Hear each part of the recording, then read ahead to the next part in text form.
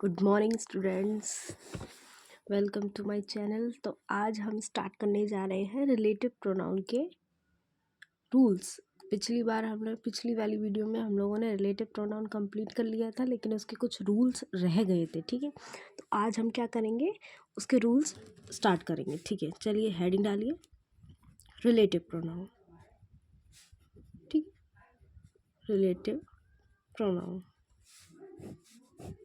हिंदी में पता है आपको इसको क्या कहते हैं? संबंध सूचक या संबंधवाचक, ऐसे बोल सकते हैं। ठीक है, नेक्स्ट देखिए, इसका जो रूल है, पहला रूल नंबर फर्स्ट। ठीक है, रूल नंबर फर्स्ट क्या कहता है? रूल नंबर फर्स्ट कहता है रिलेटिव प्रोनाउन का प्रयोग दो वाक्यों को जोड़ने के लिए किया जाता है। ठीक है, रिलेटिव प्रोनाउन का प्रयोग, देखिए, रिलेटिव प्रोनाउन का प्रयोग दो वाक्यों को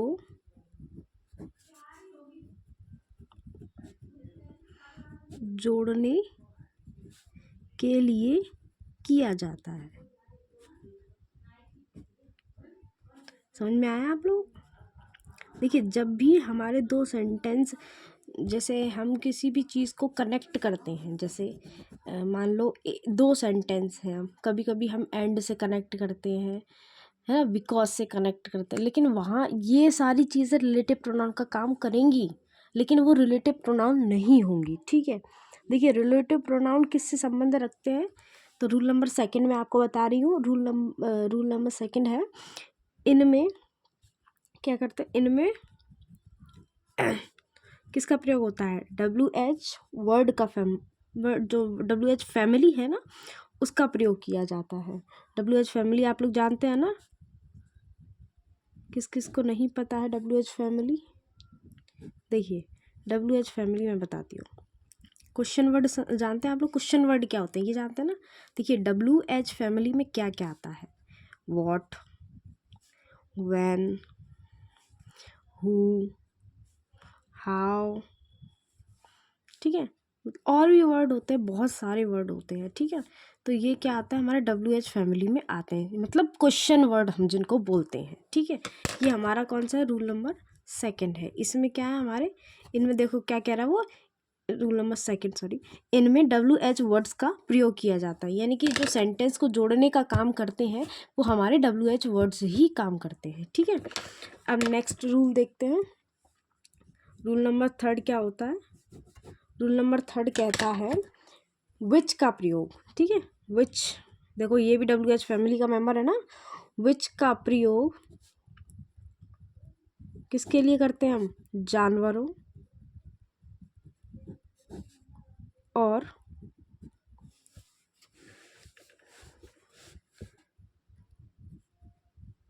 निर्जीवों, किसके लिए?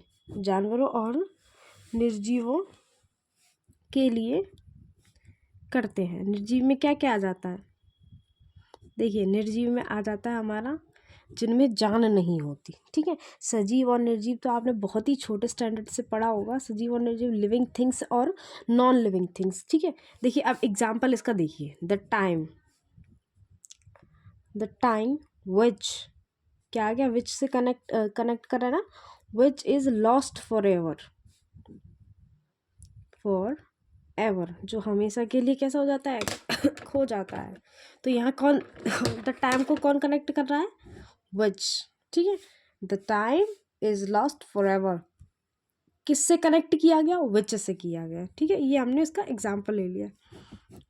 नॉन लिविंग थिंग्स को और जानवर, देखिए जानवरों को भी हम ग्रामर में नॉन लिविंग थिंग्स ही मानते हैं, क्योंकि इट का प्रयोग करते हैं ना ग्रामर में, सॉरी, जानवरों के लिए। अब नेक्स्ट आता है हमारा रूल नंबर 4।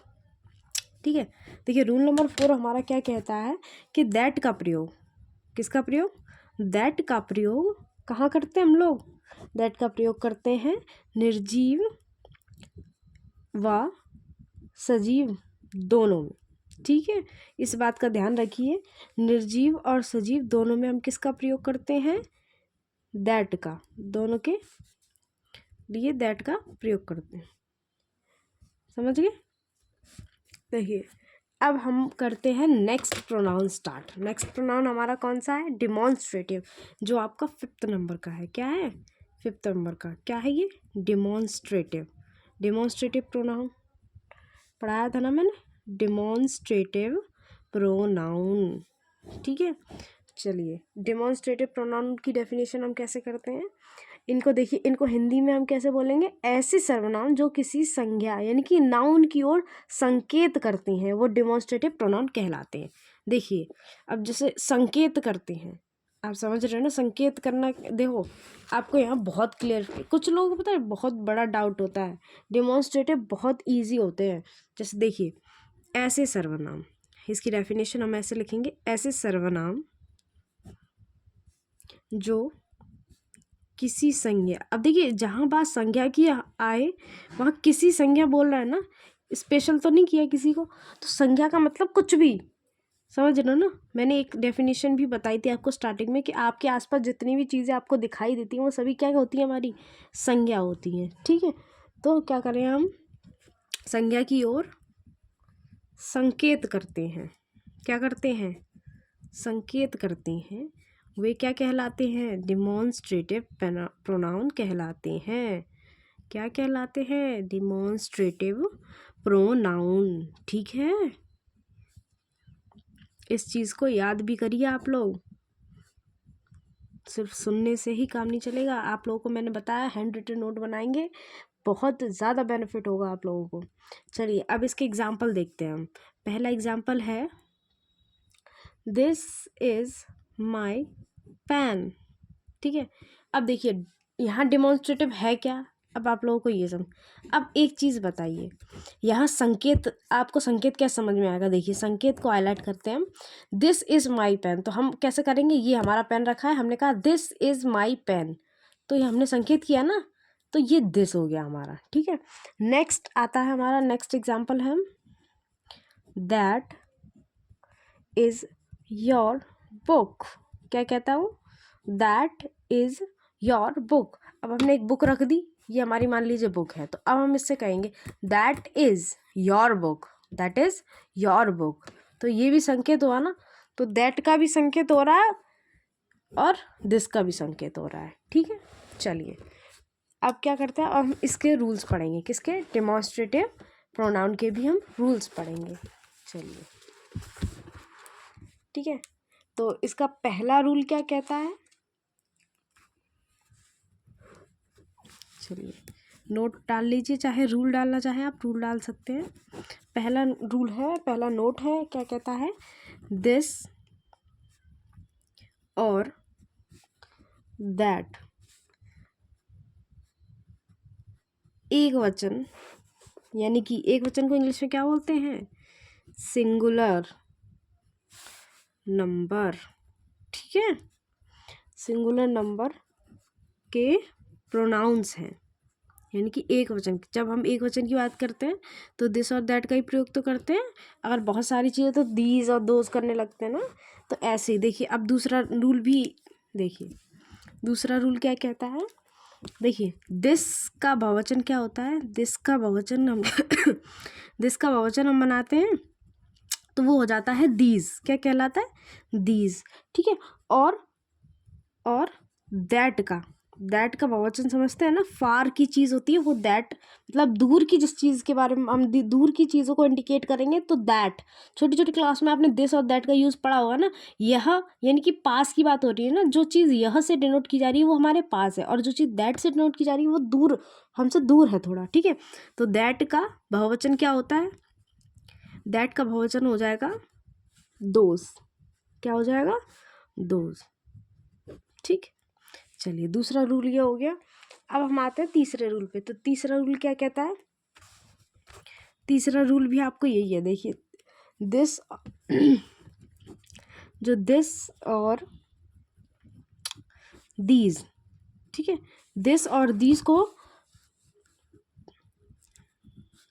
पास वाले, मैंने अभी समझाया ना कि जब भी हम किसी पास वाली चीज़ को निर्देश करते हैं तो उनके लिए हम क्या करते हैं? दिस और दीज का प्रयोग करते हैं। ठीक है, और दैट वाली को, दोज को दूर वाले संकेत लिख सकते हैं हम, ठीक है। संकेत मैंने लिख दिया है, आप चाहे तो दोनों में लिख लेना। अब देखिए जैसे हम लोग क्या कहते हैं, ये हमने रखा दिस, ठीक है, हमने ये बोला दिस, अब ये मेरे पास है ना, इसीलिए तो बोल रहे this, this is my pen. अगर हमने ये दो रख दिए तो दीज आर माई पेन्स, यही तो बोलेंगे हम कि दीज आर माई पेन्स। अगर हम ये बोलेंगे, ये यहाँ रखा है दूर, that, that is my pen. अब ये बोलेंगे, अब दूर रखेंगे तो दोज, यानी कि ज़्यादा है ना एक से, तो दोज आर माई पेन्स। चलिए ठीक, थैंक यू सो मच। उम्मीद है आप लोगों को ये सब समझ में आया होगा और आपको मेरी पढ़ाई भी समझ में आ रही होगी।